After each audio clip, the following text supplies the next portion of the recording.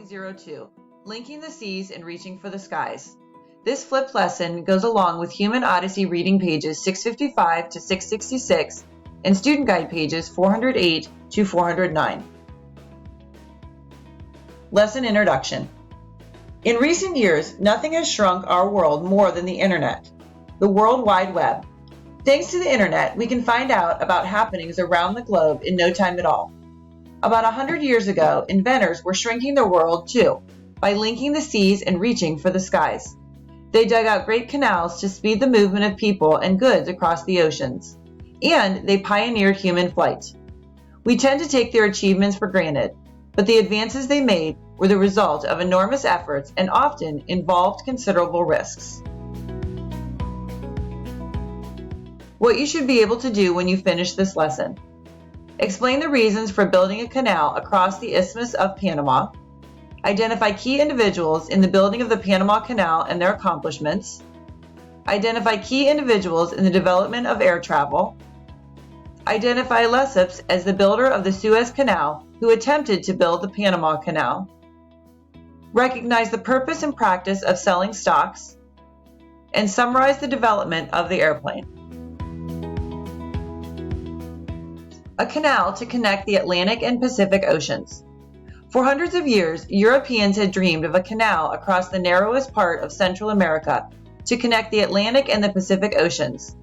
This would eliminate the need to sail all the way around Cape Horn at the southern tip of South America. It would shorten sailing time between the Atlantic and Pacific Oceans. Isthmus of Panama.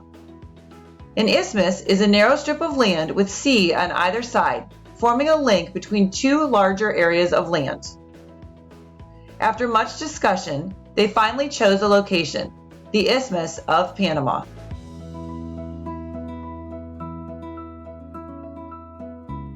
Building the Panama Canal. The man tasked with building the Panama Canal was named Ferdinand de Lesseps. He had a good track record, having already built the Suez Canal. Lesseps was from the country of France.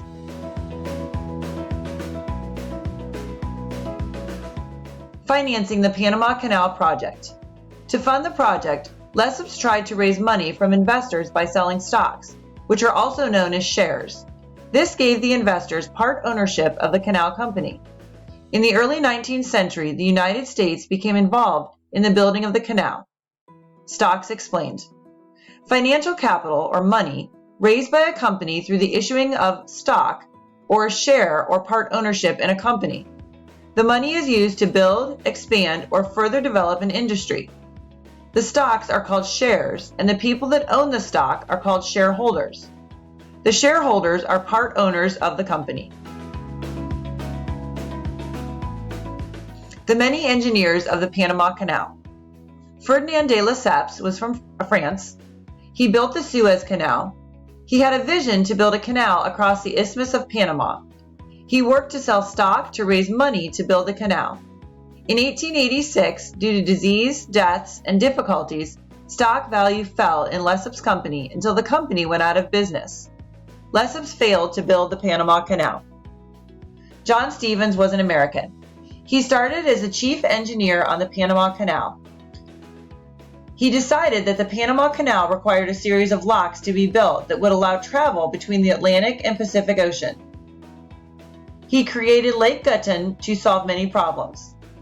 Eventually, he resigned from the canal project. Lieutenant Colonel George Goethals was an American. He was a military engineer and was appointed by President Theodore Roosevelt after John Stevens quit. He completed the canal design and construction of the Panama Canal. William Crawford Gorgas. William Crawford Gorgas was the Army doctor who brought yellow fever under control in the canal zone. George Goethals was the military engineer who completed the canal's construction. Yellow fever explained. Yellow fever is a viral infection transmitted by a bite from infected mosquitoes, most found in parts of South America and Africa. When transmitted to humans, the yellow fever virus can damage the liver and other internal organs and be potentially fatal. Chronological development of the airplane. First, there were hot air balloons that pioneered air travel. Aviators then flew gliders. They were heavier than air aircraft with no engines. Then came the development of engine-powered machines with propellers and lightweight motors. After that, the first ever flight across the English Channel. Then there was construction of the first military airplanes. And finally, the world's first scheduled commercial airline. Gliders, the Wright brothers, and the English Channel. Early aviators such as the German-born Otto Liethenthal flew heavier-than-air aircraft with no engines. They were known as gliders. Then the Wright brothers built a man-sized, engine-powered flying machine that they flew from the sand dunes of North Carolina's Outer Banks. Frenchman Louis Blériot was the first aviator to fly across the English Channel.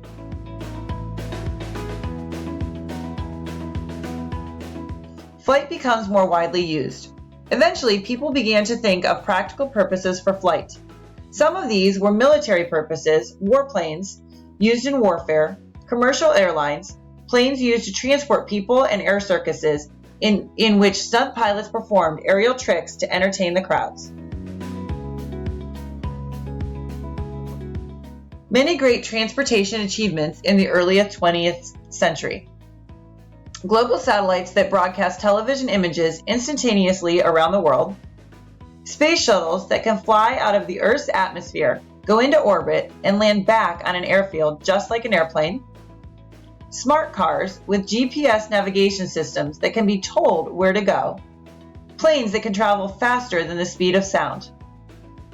Concorde planes, which are now retired, that were so fast that passengers could take off in London and, because of the time difference, could land in New York earlier than when they took off.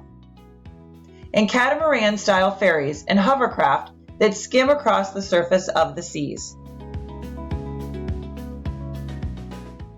It is possible to fly without motors, but not without knowledge and skill. The desire to fly is an idea handed down to us by our ancestors, who looked enviously on the birds soaring freely through space, on the infinite highway of the air. Wilbur Wright. The end of this lesson.